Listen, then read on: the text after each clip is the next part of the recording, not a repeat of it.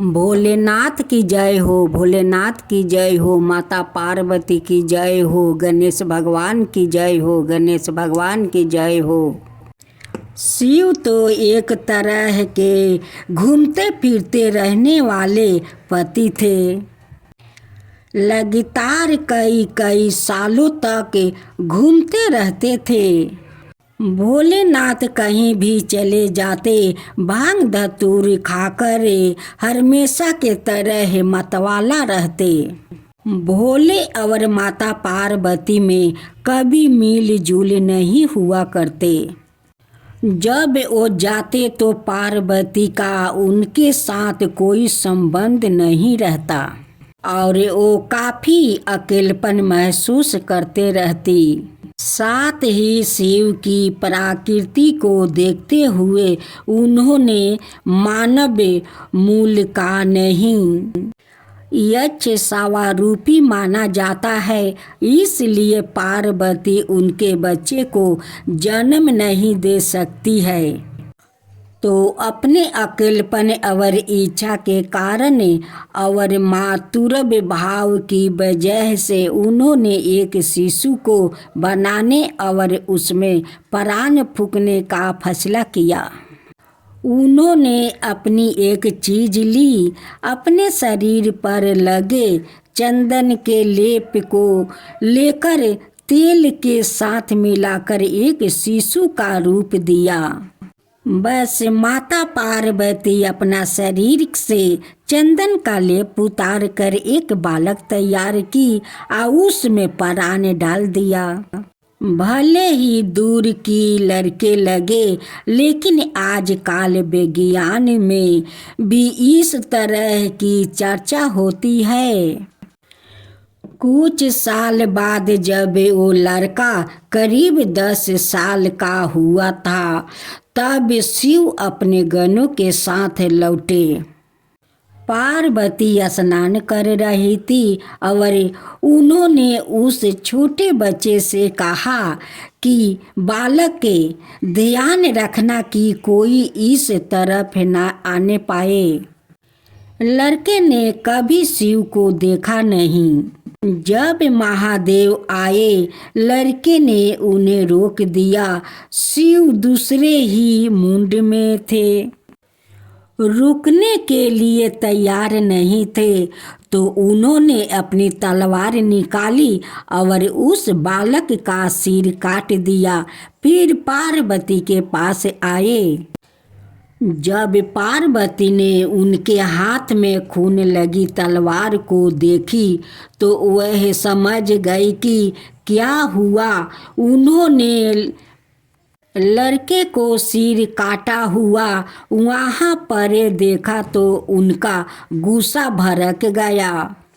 शिव ने उन्हें समझाने की कोशिश की, कोई बात नहीं, वह तुम्हारा असली पुत्र नहीं है।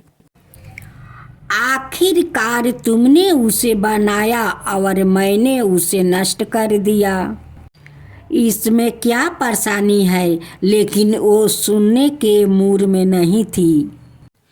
बात को सुलझाने के लिए शिव ने अपने एक गण का सिर लिया और बालक को धड़ पर लगा दिया।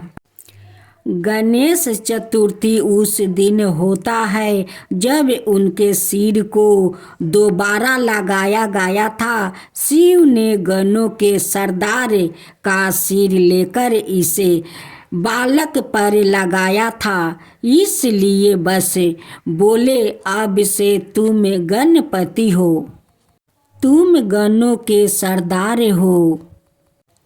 एक दिन गण शिव के साथी थे।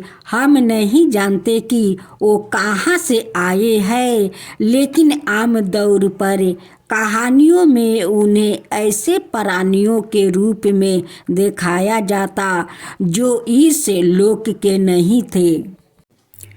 उस जीवन की बनावट इस जीवन से बहुत अलग है जिसे हम जानते हैं। हजारों सालों से गणेश चतुर्थी मनाई जा रही है और गणपति सबसे लोकप्रिय और भारत सबसे ज़्यादा बाहर जाने वाला देवता बन गया है। बहुत लचीले है वो, कई रूप और मुद्राएं अपना है।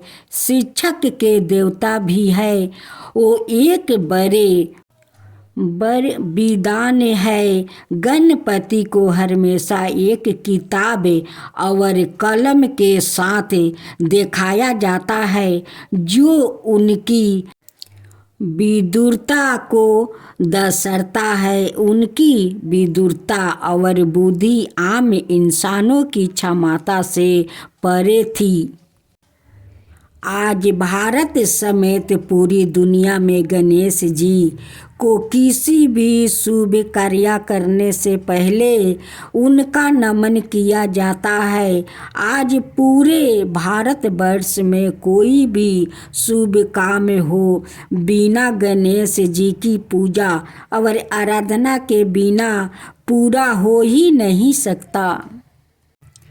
साथ ही भगवान श्री गणेश को भगवान शिव ने विघ्नहर्ता का दर्जा दिया था। पार्वती माता की जय हो, पार्वती माता की जय हो। एक दिन की बात है, माता पार्वती घर में अकेली थी और उस वक्त घर में कोई नहीं था सिवा गणेश के अलावा पुण्य राम में। लेकिन माता पार्वती जी को स्नान करने जाना था, इसलिए उन्होंने गणेश को बुलाया और कहा, मैं स्नान करने जा रही हूँ, बिना मेरी अनुमति के बिना तुम किसी को अंदर आने मत देना। यह बात सुनकर बाल गणेश ने कहा कि ठीक है माता, मैं आपकी मर्जी के बिना किसी को अंदर नहीं आने दूंगा। ऐसा कहकर बाल गणेश दरवाजे के पास जाने लगा। तेरी माता पार्वती ने बुलाकर कहा कि ऐसा नहीं चलेगा, तुम मुझे वचन दो कि कोई अंदर नहीं आ पाएगा। तब बाल गणेश ने कहा कि ठीक है माँ, मैं वचन देता हूँ कि बिना आपकी मर्जी का किसी को भी अंदर आने की अनुमति नहीं दूंगा। कुछ देर होने के बाद भगवान शिव अपने घर आए। मतलब की बात, पार्वती के घर आके क्यों बाल गणेश माता पार्वती और भगवान शिव के पुत्र थे, लेकिन इस बात की जानकारी भगवान शिव को भी नहीं थी। जैसे ही भगवान शिव घर के अंदर आने वाला ही था, तभी बीच रास्ते में भगवान शिव को गणेश जी ने रोक लिया था और गणेश जी ने भगवान शिव से कहा था कि मेरी माता का अनुमति है कि कोई अंदर ना जा पाए। यह सुनकर भगवान शिव ने पूछा कि ऐसी क्या बात है जो तुम मुझे मेरे घर के अंदर जाने से रोक रहे हो। तभी गणेश जी ने कहा है कि मेरी माता स्नान कर गई है और मुझे वचन देकर गई है कि मैं किसी को अंदर आने नहीं दूंगा। तभी भगवान शिव बहुत ज़्यादा क्रोध हो जाते हैं और वो अपनी त्रिशूल निकालते हैं और गणेश जी का गला काट देते हैं। जैसे ही माता पार्वती स्नान करके बाहर आती है, वह गणेश जी को इस हालत में देख कर हैरान हो जाती है और कहती है कि आपने यह क्यों कर दिया, यह तो हमारा पुत्र है। तभी भगवान शिव ने कहा कि मुझे क्षमा कर दीजिए, मुझे नहीं पता था यह कौन है। यह मुझे अंदर आने से रोक रहा था, इसलिए मुझे गुस्सा आ गया और मैंने उसका सर काट दिया। तभी माता पार्वती गुस्सा हो गई और कहने लगी कि मेरा पुत्र मुझे वापस किया जाए। इतने में भगवान शिव ने सोचा कि मैंने तो इसे दोबारा उसी सर से नहीं जोड़ सकता हूँ, लेकिन अगर तुम कहो तो मैं इसे किसी दूसरे की सर से जोड़कर तुम्हारे बेटे को जिंदा कर सकता हूँ। कल माता पार्वती ने भी अपनी सहमति दिखाई और कहा कि ठीक है, मेरे पुत्र को जिंदा किया जाए। तभी बगल में खड़े नंदी को भगवान शिव ने कहा है कि तुम सीधा जंगल चले जाओ और जंगल में तुम्हें दूसरी जानवर का सर सबसे पहले देखो, उस जानवर का सर काट कर लेकर आओ। नंदी ने तुरंत जंगल का रुख किया और वहाँ जंगल में जानवरों को ढूंढने के लिए चला गया। जंगल में जाते जाते नंदी को सबसे पहले हाथी दिखाई। उन्हें ने हाथी का सर काट कर अपने साथ ले आए।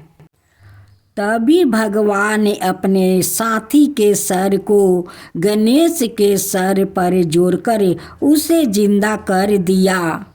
यह देखकर माता पार्वती ने कहा है कि मेरा बेटा कैसे लग रहा है। सभी लोग मेरे बेटे को देखकर हंसेंगे और इसे डराएंगे।